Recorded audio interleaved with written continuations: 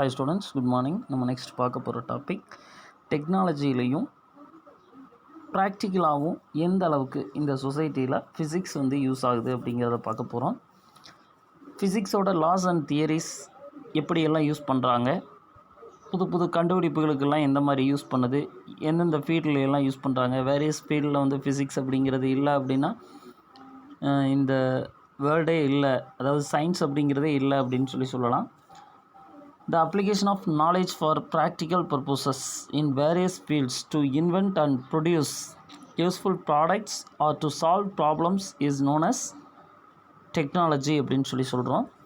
Various ஃபீல்ட்ஸில் புது புது கண்டுபிடிப்புகள் கண்டுபிடிக்கிறதுக்கும் அவற்றை தயாரிக்கிறதுக்கும் இப்போ இருக்கக்கூடிய ப்ராப்ளம்ஸ் எல்லாம் சால்வ் பண்ணுறதுக்கும் நம்ம எந்த அளவுக்கு ஃபிசிக்ஸை யூஸ் பண்ணுறோம் அப்படிங்கிறது தான் இப்போ பார்க்க போகிறோம்.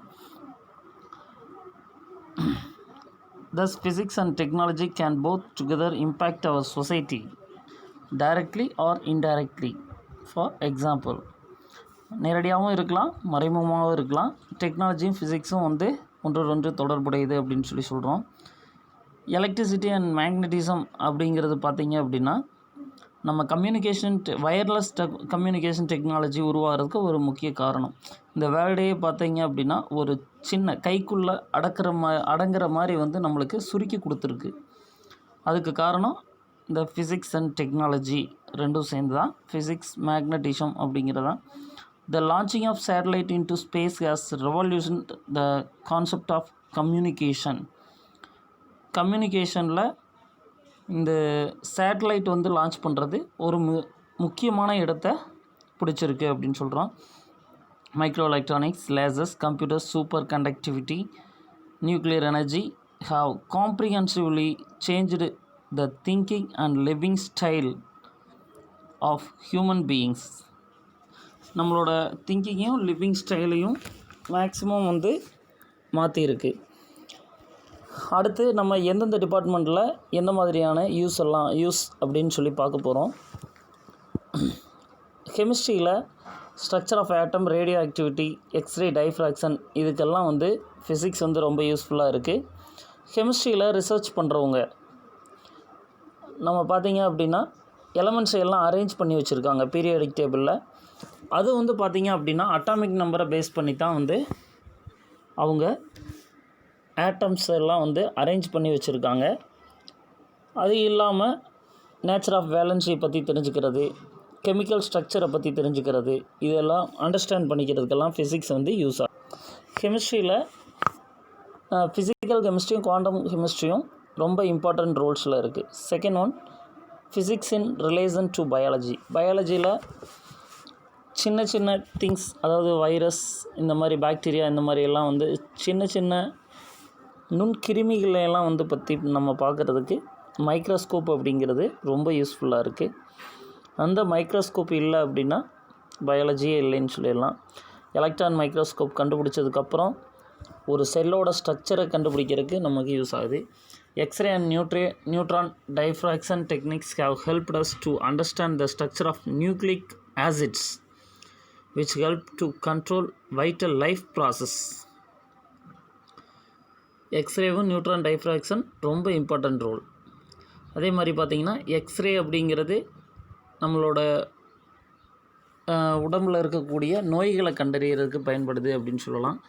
Radio isotopes are used in radio therapy for the cure of cancer and other diseases. Radio ஐசோடோப்ஸோட யூசஸ் வந்து நம்ம இதுக்கு முன்னாடி பார்த்துருக்கோம், 10th படிச்சிருக்கோம். பயாலஜிக்கல் ப்ராசஸில் ஃபிசிக்ஸோட உதவிகள் வந்து பார்த்திங்க, அதோட இது பார்த்திங்க இம்பார்ட்டண்ட் ரோல் வந்து ரொம்ப முக்கியமான ரோல். ஃபிசிக்ஸ் இல்லை அப்படின்னா பயாலஜியில் மேக்ஸிமம் இந்த அளவுக்கு வளர்ச்சி அடைஞ்சிருக்கு அப்படிங்கிறது சொல்ல முடியாது. அதே மாதிரி மேக்ஸ் அப்படிங்கிறது ஃபிசிக்ஸோட ஒரு பார்ட்டு தான். ஃபிசிக்ஸ் இல்லைன்னா அதாவது ஃபிசிக்ஸ் அப்படிங்கிறது மேக்ஸில் வந்து ரொம்ப இம்பார்ட்டண்ட் ரோல் தான். நடைமுறை வாழ்க்கையில் நம்ம யூஸ் பண்ணக்கூடியது தான். It's a most closely related to mathematics as a tool for its development. Then physics in relation to astronomy. அதாவது பிளானட்ஸோட டிஸ்டன்ஸ், சன்லேருந்து பிளானட்ஸோட டிஸ்டன்ஸ், எர்த்துலேருந்து பிளானட்ஸோட டிஸ்டன்ஸ். பட் ஹெவன்லி பாடிஸை வந்து என்னென்ன இருக்குது அந்த மாதிரியெல்லாம் வந்து தெரிஞ்சுக்கிறதுக்கு டெலஸ்கோப் அப்படிங்கிறது ஆஸ்ட்ரானமர்ஸ் வந்து யூஸ் பண்ணியிருக்காங்க. இதெல்லாம் வந்து ஃபிசிக்ஸ் இல்லை அப்படின்னா ஆஸ்ட்ரானமி அப்படிங்கிறது ரொம்ப கஷ்டம்தான். இதெல்லாம் ஃபிசிக்ஸ் பிரின்சிபல்ஸ் எல்லாம் வந்து யூஸ் ஆகுது அப்படின்னு சொல்லலாம். அடுத்து ஜியாலஜி. டைஃப்ராக்ஷன் டெக்னிக்ஸை வச்சு கிறிஸ்டல் ஸ்ட்ரக்சரை வந்து நம்ம தெரிஞ்சுக்கிறதுக்கு யூஸ் ஆகுது. அதே மாதிரி அதோட age of rocks, fossils and age of the earth இதெல்லாம் வந்து கண்டுபிடிக்கிறதுக்கு நம்ம ஃபிசிக்ஸ் வந்து யூஸ் பண்ணுறோம். Physics in relation to oceanography. கடலுக்கு அடியில் ஃபிசிக்கல் தென் கெமிக்கல் சேஞ்சஸ் என்னென்ன நடக்குது அப்படிங்கிறத கண்டுபிடிக்கிறதுக்கு ஃபிசிக்ஸ் வந்து யூஸ் ஆகுது. டெம்பரேச்சர் எந்த அளவுக்கு இருக்குது, then salinity, current, speed, gas fluxes, chemical components இதெல்லாம் வந்து என்னென்ன இருக்குது அப்படிங்கிறது தெரிஞ்சுக்கிறதுக்கு ஃபிசிக்ஸ் வந்து யூஸ் ஆகுது. அடுத்து then psychology.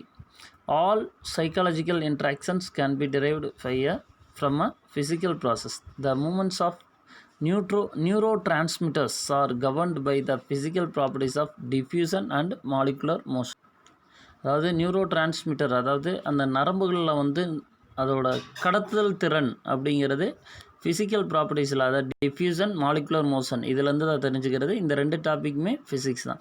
The functioning of our brain is related to our underlying dualism. நம்ம வந்து 12th படிப்போம். அதாவது டியூவல் நேச்சர் இருக்குது, ரேடியேஷனுக்கு வந்து டியூவல் நேச்சர் இருக்குது அப்படிங்கிறத நம்ம படிச்சிருப்போம். அதே கான்செப்ட் தான் இங்கேயும். Nature teaches true science with physics as an efficient tool. Science and technology should be used in a balanced manner so that they do not become weapons to destroy nature, which thought as science. Global warming and other negative impacts of technology need to be checked. Safe science with moderate and appropriate use of technology is the need of this country. The scope and opportunities for higher education in physics and various fellowships offered is given in the beginning of the book. Then measurement அப்படின்னா என்ன? Measure பண்ணுறது, அளவீடு செய்தல் அப்படின்னு சொல்லுவாங்க. ஒரு விஷயத்தை நம்ம பேசுகிறோம் அப்படின்னா ஃபஸ்ட்டு அதோட கான்செப்ட் தெரிஞ்சிருக்கணும். அதை பற்றி நிறைய பேசுகிறோம் அப்படின்னா அதை அளவீடு செஞ்சுருக்கணும், மெஷர் பண்ணியிருக்கணும். மெஷர் பண்ணி அதை எக்ஸ்பிளைன் பண்ணுற அளவுக்கு நம்பர்ஸ்னால் நம்ம எக்ஸ்பிளைன் பண்ணணும். நம்பர்ஸ்னால் எக்ஸ்பிளைன் பண்ணலை அப்படின்னா அதை பற்றிய போதுமான அளவீடு செய்வதற்கான போதுமான திறன், எபிலிட்டி நம்மக்கிட்ட இல்லை, அண்டர்ஸ்டாண்டிங் கெப்பாசிட்டி இல்லை அப்படிங்கிறத சொல்கிறார். யாருன்னா லார்ட் கெல்வின். மெஷர்மெண்ட் அப்படின்னா என்ன? மெஷர்மெண்ட் அப்படின்னா the comparison of any physical quantity with its standard unit. ஒரு யூனிட்டை ஸ்டாண்டர்டாக வச்சுட்டு, இப்போ லென்த் அப்படின்னா அதோட யூனிட் வந்து மீட்டர்னு சொல்லுவோம். எந்த ஒரு வேல்யூ மெஷர் பண்ணதுனாலும் லென்த்து வந்து மெஷர் பண்ணுறோம் அப்படின்னா அதை மீட்டரில் கன்வெர்ட் பண்ணி, அதாவது 10 மீட்டர்ஸ் 5 மீட்டர்ஸ் அப்படின்னு தான் சொல்லுவோம். அப்போ ஒரு ஸ்டாண்டர்டான யூனிட் அப்படின்னா அது வந்து லென்த் அப்படிங்கிறது சொல்லுவோம். லென்த்தை வந்து யூனிட், அதோட யூனிட் வந்து மீட்டர்னு சொல்லுவோம். அந்த ஸ்டாண்டர்டான யூனிட் கூட ஃபிசிக்கல் குவான்டிட்டியை கம்பேர் பண்ணி சொல்கிறது தான் மெஷர்மெண்ட் அப்படின்னு சொல்லுவோம். Measurement is the basis of all scientific studies and experimentation. இதுதான் பேசிக் அப்படின்னு சொல்லுவோம். மெஷர்மெண்ட் அப்படிங்கிறது தான் basic. It plays an important role in our daily life. Physics is a quantitative science and physics always deal with numbers which are the measurement of physical quantity. Measurement அப்படிங்கிறது தான் ரொம்ப பேசிக் அப்படின்னு சொல்கிறோம். அறிவியல் ஆராய்ச்சிகளாக இருந்தாலும் சரி, எக்ஸ்பெரிமெண்ட்டாக இருந்தாலும் சரி, அதுக்கு பேசிக் அப்படிங்கிறது மெஷர்மெண்ட் தான். தென் நம்மளோட லைஃப்பில் வந்து ரொம்ப யூஸ்ஃபுல்லாக இருக்குது. ஃபிசிக்ஸ் அப்படிங்கிறது ஒரு குவான்டிடேட்டிவ் சயின்ஸ், அளந்தறியக்கூடியது அப்படின்னு சொல்கிறோம். ஃபிசிக்ஸ் மேக்ஸிமம் பார்த்திங்கன்னா மெஷர்மெண்ட் எப்போவுமே நம்பர்ஸ்னால் நம்ம எக்ஸ்பிளைன் பண்ணுறதா தான் வந்து சயின்டிஸ்ட் எல்லாமே வந்து யூஸ் பண்ணுறாங்க. Then definition of physical quantity. Quantities that can be measured, அளவிடக்கூடியதாக இருக்கணும். அதே நேரம் laws of physics are described, in terms of which laws of physics are described or called physical quantities. Example, length, mass, time, force, energy, etc. அதாவது measure பண்ணக்கூடியதாகவும் இருக்கணும், அதே மாதிரி physics லாஸை வந்து explain பண்ணுறதாகவும் இருக்கணும். அந்த மாதிரியான வேல்யூஸை தான் ஃபிசிக்கல் குவான்டிட்டின்னு சொல்கிறோம். இதில் 2 டைப்ஸ் இருக்குது. ஒன்று ஃபண்டமெண்டல், தென் டெரைவ்டு குவான்டிட்டிஸ் அப்படின்னு சொல்கிறோம். இதில் ஃபண்டமெண்டல் அப்படின்னா வேறு எந்த குவான்டிட்டியாலும் மெஷர் பண்ண முடியலைன்னா அதுக்கு ஃபண்டமெண்டல் ஆர் பேஸ் குவான்டிட்டிஸ்ன்னு சொல்கிறோம். Example length, mass, time, electric current, temperature, luminous intensity, amount of substance. Then quantities that can be measured in terms of fundamental quantitiesஆல் எக்ஸ்பிளைன் பண்ண முடிஞ்சு அப்படின்னா அதுக்கு பேர் derived quantities. ஃபார் எக்ஸாம்பிள் ஏரியானா லென்த் இன்ட்டு பிரெத். லென்த்துங்கிறது மீட்டர்னால் எக்ஸ்பேண்ட் பண்ணுவோம், மெஷர் பண்ணுவோம். பிரெத்தும் மீட்டர்னால தான் மெஷர் பண்ணுவோம். அதனால் ஏரியாங்கிறது ஃபண்டமெண்டல்லேருந்து வந்தது. வால்யூம், வெலாசிட்டி, ஆக்ஸலரேஷன், ஃபோர்ஸ் எல்லாமே எக்ஸாம்பிள். அதாவது மெஷர்மெண்ட் அப்படிங்கிறது பார்த்திங்கன்னா எல்லாமே வந்து கம்பேரிசன் மட்டும்தான். இப்போ எக்ஸாம்பிள் லென்த் மெஷர் பண்ணுறோம் அப்படின்னா மீட்டரை போல் எத்தனை டைம்ஸ் வந்து இருக்குது அப்படிங்கிறது தான் சொல்லுவோம். ஒரு ஸ்டாண்டர்டான யூனிட் கூட கம்பேரிசன் தான் பண்ணுறோம். அதே மாதிரி யூனிட் அப்படின்னா என்னென்னு பார்த்தீங்கன்னா an arbitrarily chosen standard of measurement of a quantity which is accepted internationally. உலகளவில் ஏற்றுக்கொள்ளக்கூடியதாக இருக்கணும். தென் அதோட தனித்துவம் மிக்கதாக இருக்கணும். அதுக்குன்னு ஒரு தனித்துவம் இருக்கணும், இம்பார்ட்டண்ட் இருக்கணும். அந்த மாதிரியான ஒரு ஸ்டாண்டர்ட் வேல்யூவை தான் யூனிட் அப்படின்னு சொல்கிறோம். இதில் 2 டைப்ஸ் இருக்குது, fundamental and derived units. Fundamental குவான்டிட்டியை மெஷர் பண்ணக்கூடிய யூனிட்ஸ் ஃபண்டமெண்டல் யூனிட்ஸ். அதுக்கான எக்ஸாம்பிள் லென்த்னா அதோட யூனிட் மீட்டர், டைம்னா அதோட யூனிட் செகண்ட், தென் மாஸ்னா அதோட யூனிட் கிலோகிராம். இந்த மாதிரி இருக்கிறதெல்லாம் வந்து ஃபண்டமெண்டல் யூனிட்ஸ். அதே மாதிரி the units of measurements of all other physical quantities, மற்ற அந்த டெரைவ்டு குவான்டிட்டிஸ் இருக்குது பார்த்தீங்களா, அதையெல்லாம் மெஷர் பண்ணக்கூடியது வந்து பார்த்திங்க அப்படின்னா டெரைவ்டு யூனிட்ஸ் அப்படின்னு சொல்லுவோம். Multiplication or division of powers of fundamental யூனிட்ஸோட multiplications or division of powers அப்படிங்கிறது தான் இந்த டெரைவ்டு யூனிட்ஸ் அப்படின்னு சொல்கிறோம். Then different types of measurement system. டோட்டலாக பார்த்தா 3 டைப்ஸ் ஆஃப் மெஷர்மெண்ட் சிஸ்டம் இருக்குது. ஒன்று எஃபிஎஸ், சிஜிஎஸ், எம்கேஎஸ் அப்படின்னு சொல்லுவோம்.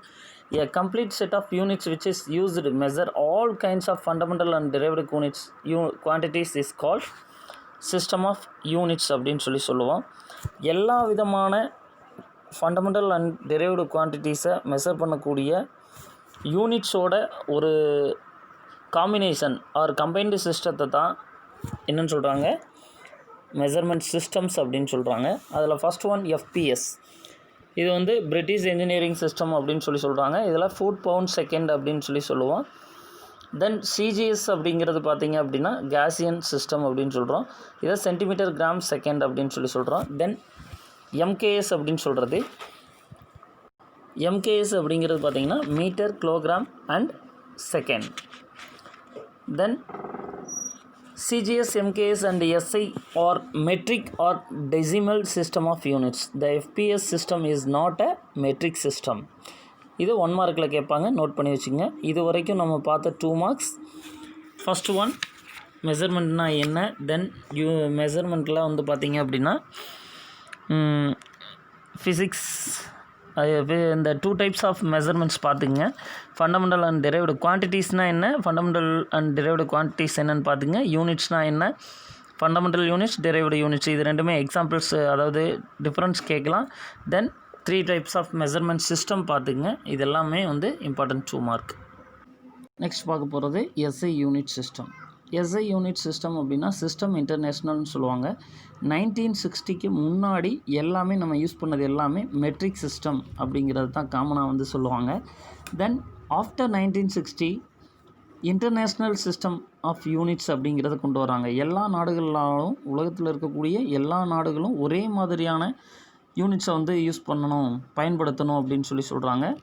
1971 general conference on ways and measures ஒரு கான்ஃபரன்ஸ் மீட்டிங் போடுறாங்க. அதில் தான் வந்து சிம்பிள்ஸ், யூனிட்ஸ், அதோட அப்ரிவேஷன்ஸ் எல்லாமே காமனாக இருக்கணும், இந்த வேர்ல்டு ஃபுல்லாக காமனாக இருக்கணும் அப்படிங்கிறதுக்காக கொண்டு வர்றாங்க. இதுதான் எஸ்ஐ யூனிட்ஸ் அப்படின்னு சொல்கிறாங்க. இதோட அப்ளிகேஷன்ஸ், அட்வான்டேஜஸ் என்ன அப்படின்னு பார்த்தீங்க அப்படின்னா, ஒரு குவான்டிட்டி இருக்குது அப்படின்னா அதுக்கு ஒரு யூனிட் மட்டும்தான் யூஸ் பண்ணணும். இதை வந்து ரேஷனல் சிஸ்டம் ஆஃப் யூனிட்ஸ் அப்படின்னு சொல்கிறாங்க. தென் எல்லா டெரைவ்டு யூனிட்ஸும் ஃபண்டமெண்டல் யூனிட்ஸ்லேருந்து நம்ம ஈஸியாக கொண்டு வந்துடலாம். இது வந்து பார்த்தீங்க அப்படின்னா கோஹரண்ட் சிஸ்டம் ஆஃப் யூனிட்ஸ் அப்படின்னு சொல்கிறாங்க.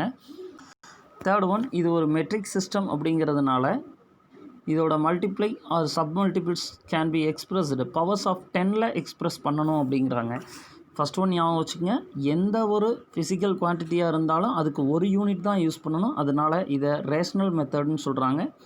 செகண்ட் ஒன், எல்லா டிரைவ்டு குவான்டிட்டிஸும் ஃபண்டமெண்டல் ஆர் பேஸ் குவான்டிட்டிஸ்லேருந்து ஈஸியாக வந்து நம்ம எக்ஸ்ப்ரெஸ் பண்ணலாம். இது வந்து கோஹரண்ட் யூனிட் சிஸ்டம் அப்படின்னு சொல்கிறாங்க. தேர்ட் ஒன், இது ஒரு மெட்ரிக் யூனிட் சிஸ்டம் அப்படிங்கிறதுனால இதோட மல்டிபிள் ஆர் சப்மல்டிபிள்ஸ் எல்லாமே பவர்ஸ் ஆஃப் 10ல் தான் இருக்கணும் அப்படிங்கிறத சொல்கிறாங்க. இது ஒரு இம்பார்ட்டன்ட் 2 மார்க், நோட் பண்ணி வச்சுக்கோங்க. தென் லென்த்தோட யூனிட் மீட்டர். அப்போ 1 மீட்டர் அப்படிங்கிறது என்ன, அதோட டெஃபினிஷன் பார்த்தீங்க அப்படின்னா, ஒரு வேக்யூமில் லைட் ரேஸ் 1 செகண்டில், அதாவது ஒரு செகண்டில் 1/299792458 செகண்டில் எவ்வளவு டிஸ்டன்ஸ் ட்ராவல் பண்ணுதோ அதுதான் 1 மீட்டர் அப்படின்னு சொல்கிறாங்க. நல்லா வச்சுக்கோங்க, வேக்யூமில் ஒரு லைட் ட்ராவல் பண்ணக்கூடிய எவ்வளவு நேரத்தில் 1/299792458 செகண்டில் ட்ராவல் பண்ணக்கூடிய டிஸ்டன்ஸை தான் 1 மீட்டர்னு சொல்கிறாங்க. மாஸ் அப்படின்னு பார்த்தீங்கன்னா, ஃப்ரான்ஸில் பாரிஸில் இருக்கக்கூடிய சர்வ்ஸ் என்ற இடத்துல வெய்ஸ் அண்ட் மெசர்ஸ் கான்ஃபரன்ஸ் இருக்குது. 1 கிலோகிராம் மாஸோட யூனிட் 1 கிலோகிராம்னு சொல்லுவோம். அந்த 1 கிலோகிராமுக்கான டெஃபினிஷன் தான் கொடுத்துருக்காங்க. ஃப்ரான்ஸில் பாரிஸுக்கு பக்கத்தில் சர்வ்ஸ் அப்படிங்கிற இடத்துல இருக்கக்கூடிய international bureau of weights and measures அப்படிங்கிற அந்த நிறுவனத்தில் பிளாட்டினம் இரிடியம் ஒரு அலாய் வச்சுருக்காங்க. அதாவது அந்த அலாய் பார்த்திங்கன்னா சிலிண்டர் ஷேப்பில் இருக்கும். Prototype cylinder platinum iridium alloy. அந்த அலாயோட ஹைட்டும்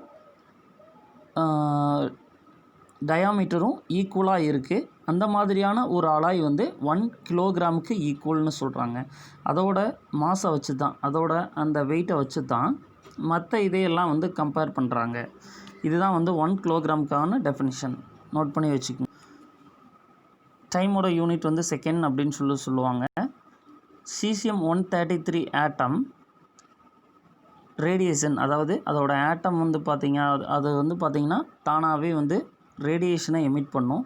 அந்த ரேடியேஷன் பார்த்திங்க அப்படின்னா 9,192,631,770 பீரியட்ஸ் ஆஃப் ரேடியேஷனை என்ன பண்ணுது அப்படின்னு பார்த்தீங்கன்னா, அதோட டிரான்சிஷன் லெவல், அதாவது கிரவுண்ட் ஸ்டேட், அதோட எக்ஸைட்டட் ஸ்டேட்ஸ் நிறையா இருக்கும். அதோட எனர்ஜி ஸ்டேட்ஸ்க்கு, ஒரு எனர்ஜி ஸ்டேட்லேருந்து இன்னொரு எனர்ஜி ஸ்டேட்டுக்கு அது ட்ரான்ஸ்ஃபர் ஆகிறதுனால அதிலேருந்து ரேடியேஷன் எமிட் ஆகும். அப்போ அந்த ஒரு ஸ்டேட்லேருந்து இன்னொரு ஸ்டேட்டுக்கு போகிறப்ப 9,192,631,770 பீரியட்ஸ் ஆஃப் ரேடியேஷனை எமிட் பண்ணுச்சுன்னா அதுதான் 1 செகண்ட் அப்படின்னு சொல்கிறாங்க. தென் கரண்ட்டோட யூனிட் பார்த்திங்கன்னா ஆம்பியர். ஒரு வேக்யூமில் 1 மீட்டர் டிஸ்டன்ஸில் செப்பரேட் பண்ணி வைக்கக்கூடிய நெக்லிஜிபிள் கிராஸ் செக்ஷன் ஏரியா இருக்கக்கூடிய 2 ஸ்ட்ரெயிட் பேரலல் கண்டக்டர் வழியாக ஃப்ளோ ஆகக்கூடிய கரண்ட், அந்த 2 கண்டக்டருக்கு இடையில் ஏற்படுத்தக்கூடிய அந்த ஃபோர்ஸ் 2 × 10⁻⁻7 நியூட்டன் மீட்டர் பவர் -1 இருந்துச்சுன்னா அந்த கண்டக்டர் வழியாக ஃப்ளோ ஆகக்கூடிய கரண்ட் 1 ஆம்பியர் அப்படின்னு சொல்கிறாங்க. 1 ampere is the constant current which when maintained in each of the 2 straight parallel conductors of infinite length and negligible cross section held 1 meter apart in vacuum shall produce a force per unit length. ஒரு unit லென்த்துக்கு 2 × 10⁻⁻7 Newton per metre ஃபோர்ஸை அங்கே produce பண்ணுச்சு அப்படின்னா அது 1 metre. அந்த conductor வழியாக flow ஆகக்கூடிய current 1 மீட்டர்னு சொல்லுவோம். டெம்பரேச்சரோட யூனிட் கெல்வின். 1 கெல்வின் அப்படிங்கிறது 1/273.16 of the thermodynamic temperature of the triple point of water. அதாவது ட்ரிபிள் பாயிண்ட்னா என்ன அப்படின்னு பார்த்தீங்கன்னா, water vapour, pure water, melting ice, இது 3 ஈக்லிபிரியம் கண்டிஷனில் இருந்துச்சு அப்படின்னா அதை தான் ட்ரிபிள் பாயிண்ட் அப்படின்னு சொல்கிறாங்க. Triple point temperature of water அப்படின்னு பார்த்தீங்கன்னா 273.16 கெல்வின். அதில் ஃப்ராக்ஷன் ஆஃப் 1/273.16 தெர்மோடைனமிக் டெம்பரேச்சரை தான் 1 கெல்வின் அப்படின்னு சொல்கிறாங்க. தென் அமௌண்ட் ஆஃப் சப்ஸ்டன்ஸ், அதோட unit mole. 1 mole is the amount of substance which contains as many elementary entities as there are atoms. 0.012 kilogram of pure carbon 12. அதாவது 0.012 kilogram pure carbon எடுத்துக்கிறோம். அந்த 0.012 கிலோகிராமில் எவ்வளவு carbon atoms இருக்கோ அதுக்கு ஈக்குவலான ஆட்டம்ஸ் ஒரு ஆப்ஜெக்டில் இருந்துச்சுன்னா அதை தான் 1 mole அப்படின்னு சொல்கிறோம். தென் லூமினஸ் இன்டென்சிட்டி, அதோட யூனிட் பார்த்தீங்க அப்படின்னா கேண்டிலா. அப்படின்னு பார்த்தீங்க அப்படின்னா 5.4 × 10⁻14 ஹெட்ஸ் இருக்கக்கூடிய ஃப்ரீக்வன்சி இருக்கக்கூடிய ஒரு சோர்ஸ் எமிட் பண்ணக்கூடிய ரேடியேஷன், அதாவது மோனோக்ரோமேட்டிக் ரேடியேஷன் ஒரு பர்டிகுலர் டைரக்ஷனில் 1/683 வாட்ஸ் ஸ்டிரேடியன் இன்டென்சிட்டியை அது எமிட் பண்ணுச்சுன்னா அதுக்கு பேர் 1 கேண்டிலா அப்படின்னு சொல்கிறாங்க. இது எல்லாமே 2 மார்க்கில் கேட்கக்கூடிய கொஸ்டின்ஸ், நோட் பண்ணி. தென் டெரைவ்டு குவான்டிட்டிஸ் அண்ட் யூனிட்ஸ்லாம் கொஞ்சம் கொடுத்துருக்காங்க. இதெல்லாம் மெமரி பண்ணி வச்சுக்கோங்க. இதெல்லாம் ரொம்ப இம்பார்ட்டன்ட்ப்பா.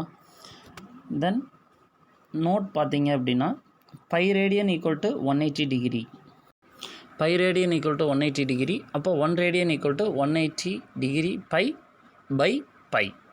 அதாவது ஒரு ரேடியன் ஈக்குவல் டு 57.27 டிகிரியாக இருக்குது. அப்போ ரேடியனை டிகிரியாக எப்படி கன்வெர்ட் பண்ணலாம் அப்படிங்கிறத பார்த்துக்குங்க.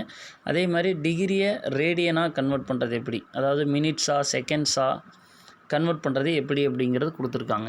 1 degree equal to π/180 degree, 180 radian. அப்போ 1 டிகிரிங்கிறது 1.745 × 10⁻² ரேடியன். அதே 1 செகண்ட் அப்படிங்கிறது 1 மினிட் அப்படிங்கிறது 1 பவரில் ஒரு டேஸ் கொடுத்துருந்தாங்கன்னா 1 மினிட் அப்படின்னு அர்த்தம். 1 டிகிரி/60, அது 60ஆல் டிவைட் பண்ணால் அதை மினிட்டாக கன்வெர்ட் பண்ணலாம். தென் 3600 டிவைட் பண்ணால் அப்படின்னா செகண்ட்ஸாக கன்வெர்ட் பண்ணலாம். அது எப்படின்னு கொடுத்துருக்காங்க, நோட் பண்ணி வச்சுக்கோங்க. இது 1 மார்க்லேயும் கேட்கலாம், 2 மார்க்லேயும் கேட்கலாம்.